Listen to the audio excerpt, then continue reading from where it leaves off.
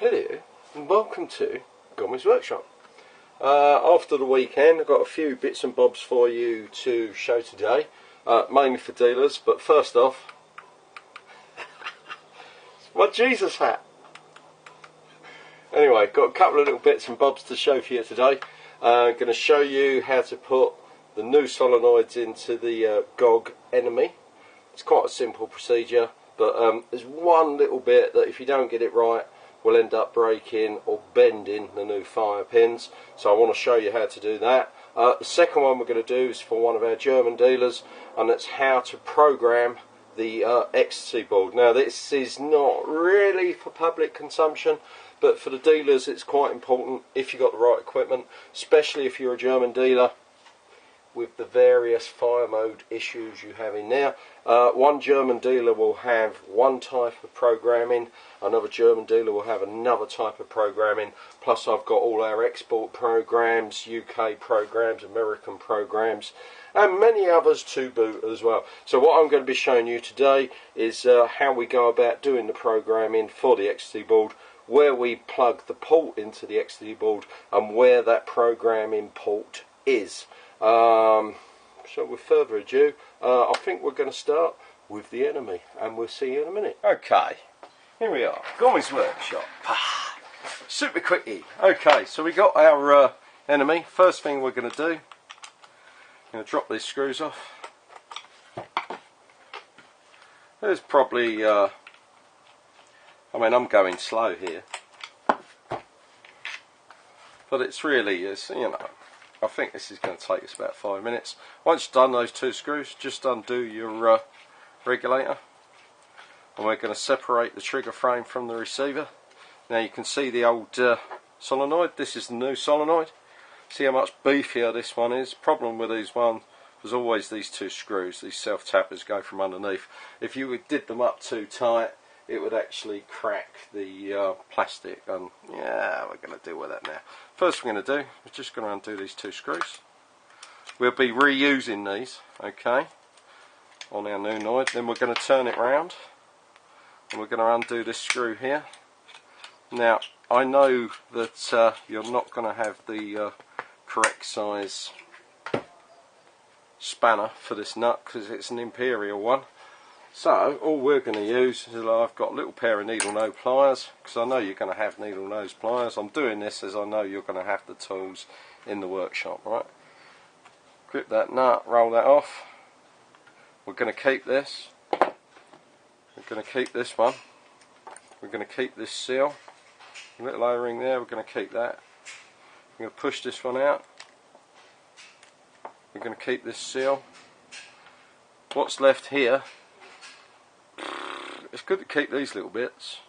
These are really good little fittings. This is a 1032 push bar fitting, and but that's now defunct. That's the old one, and considerably different. This is the new one. It's much now. So what we're going to do now is we're going to push the banjo bolts into the, they call these barb towers, by the way. And now what you'll notice on these banjo bolts is a little O-ring. You make sure that O-ring's a good fit. It seals on the side, not on its face. So again, we're not going incredible Hulk power, right? That's a reasonably fit. Doesn't fall out. Same for this one. Make sure this is a reasonably good fit. That's a good fit. There you go. So we're going to put our O-rings back on.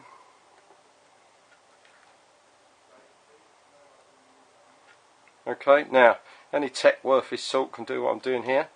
It's a nice simple operation. Screw this fitting back in, hold it with a pair of pliers. There is an O-ring on this brass fitting, so you don't have to worry about juicing it unless you want to. By juicing it I mean thread lock. That's the assembly as it's going to go back into the gun. I always leave this out, and I'll align this rear fitting first. Make sure you use an Allen key that's got a flat end, not a ball nose, right? Because the Allen key hex head on these banjos are very shallow. And also be careful with these threads. Don't go all incredible Hulk on them. It's only a light alloy, and you don't want to strip the threads out. Yeah, it's just pinch tight. That's that back in. We're going to drop our screw back in there. Now, I've had a lot of dealers saying their techs can't do this. Come on. Right, okay, next thing we need to do, we need to change the firing pin. Okay, because this new solenoid is more compact, so it sits further into the gun. You'll find the firing pin down inside the frame here. Needle nose pliers again, we're going to pull that out.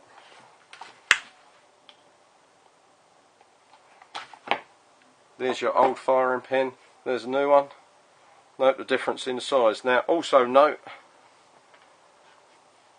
that they have a tiny little plastic nipple on the end. Do not damage this nipple. This is where I see most dealers going wrong. I'm going to put the new firing pin in. There's a hole in the frame, can't miss it, it's the only hole that's there. What we're going to do now is we're going to reassemble the gun. I have to reassemble the gun nice and flat. Can you see this okay in the camera?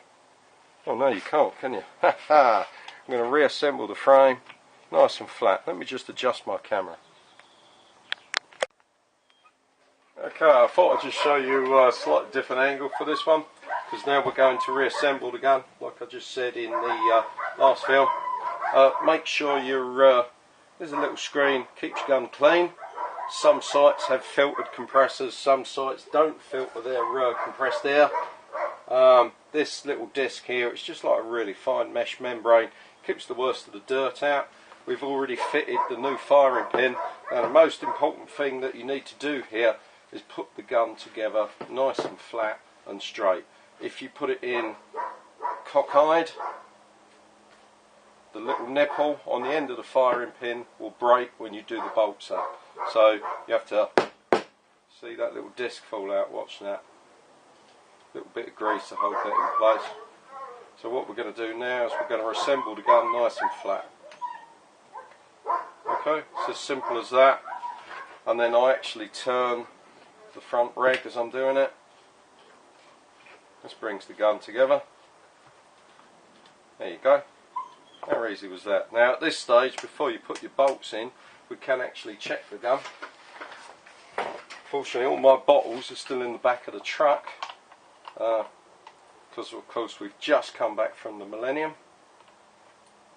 So I've got a little Di-Hyper 2 on here and a bottle with a macro line, but it's as good as screwing in a normal bottle, if not better. So now we've got our gun assembled. They say never work with children or animals, never work with paper guns. Anyway, how easy was that? We've only got one thing left to do.